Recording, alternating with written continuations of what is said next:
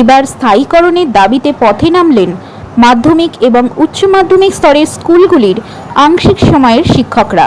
তাদের বক্তব্য, তারা পূর্ণ সময়ের শিক্ষকদের মতোই কাজ করেন, অথচ মাত্র 2 থেকে 4 হাজার টাকা বেতন বছরের পর বছর কাজ করে চলেছেন। এদের বেতন স্কুলগুলি নিজস্ব ফান্ড থেকে দেয়া হয়। আমাদের 60 বছর পর্যন্ত স্থায়ীকরণ করতে হবে এবং আমাদের নির্দিষ্ট একটা পারিশ্রমিক সাম্মানিক দিতে হবে, এটাই আমাদের দাবি। এবং আমাদের স্কুল থেকে যেন বিতাড়িত যেন করা না হয়।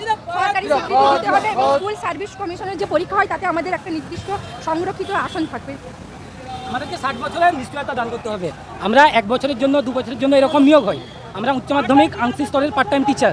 আমাদেরকে শিক্ষক চলে আসলে স্কুল থেকে তাড়িয়ে দেওয়া হয়, স্কুল ফান্ড থেকে 1000 থেকে 2000 টাকা দেওয়া হয়। আমাদের দাবি, আমাদেরকে কলেজের স্যার টিচারদের মতন যেন 60 বছরের নিশ্চয়তা প্রদান করা হয় এবং সরকার থেকে আর্থিক দায়ভার গ্রহণ করা হয়। এবং আমার নাম শেখ হাবিবুর রহমান, আমি পাঁশকুড়ার রাজনগর হাই স্কুলে একজন part time teacher.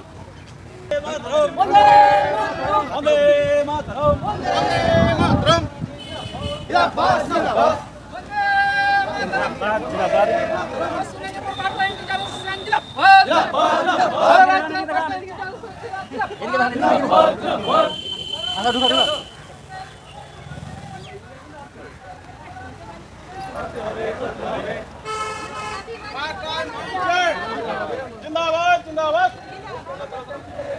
Part time teacher हमारा दाबी जिंदाबाद जिंदाबाद जिंदाबाद। তাদের দাবি, এরকম শিক্ষকের সংখ্যা 9 থেকে 10 হাজার। আজ পশ্চিমবাংলার 24টি জেলা থেকে আগত আংশিক সময় শিক্ষক শিক্ষিকারা তাদের দাবি দেওয়া নিয়ে বিকাশ ভবন অভিযান করলেন। তারা শিক্ষামন্ত্রীর সঙ্গে দেখা করে তাদের দাবিপত্র তার হাতে তুলে দিতে চান। আমরা হচ্ছি বিদ্যালয়ের আংশিক সময়ের শিক্ষক, পার্ট টাইম টিচার।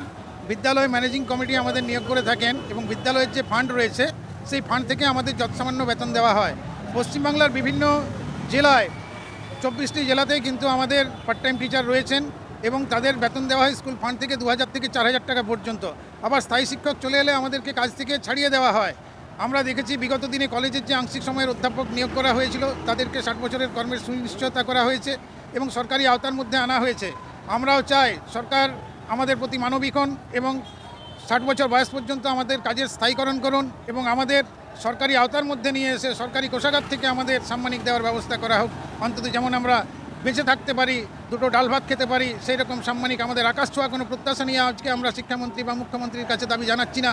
আমরা চাইছি দিদির রাজ্যে অন্তত শিক্ষার যে মেরুদণ্ড শিক্ষক, সেই শিক্ষকরা যেন শান্তিতে বেঁচে থাকতে পারে, সেই রকম একটা সাম্মানিকের আশা নিয়ে আজকে আমরা মাননীয় শিক্ষামন্ত্রীকে ডেপুটেশন দিতে এসেছি।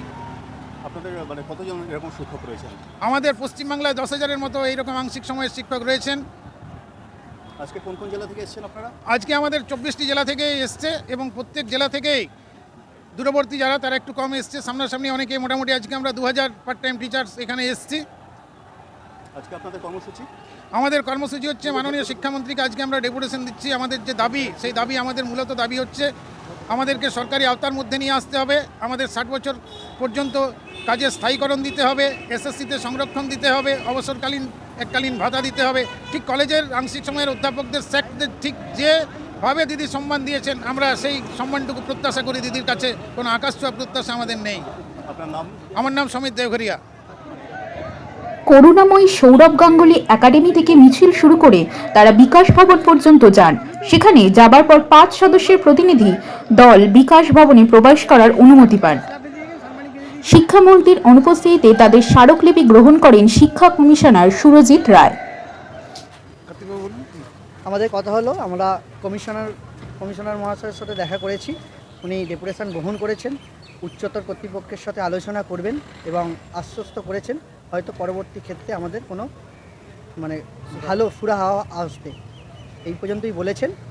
এবং এটাও বলেছেন ওনারা সবই জানেন এরকম পার্ট টাইম টিচার আছেন, কারণ ওনারা এডুকেশন ডিপার্টমেন্টটা চালাচ্ছেন, তাই খুবই ভালো ওনাদের কাছে খোঁজখবর সবই আছেন এবং যথেষ্ট ভালো ব্যবহার পেয়েছি ওনাদের কাছ থেকে এবং সমস্ত কথা আমাদের শুনেছেন এবং কিভাবে কি করলে কি হবে সেটা আমাদেরকে উত্তর দিয়েছেন। এদিনের বিকাশ ভবন অভিযানে অংশগ্রহণকারী শিক্ষক শিক্ষিকাদের সংখ্যা ছিল চোখে পড়ার মতো। প্রশাসনের পক্ষ থেকে প্রচুর পুলিশ এবং আরএফ জওয়ান মোতায়েন করা হয়েছিল।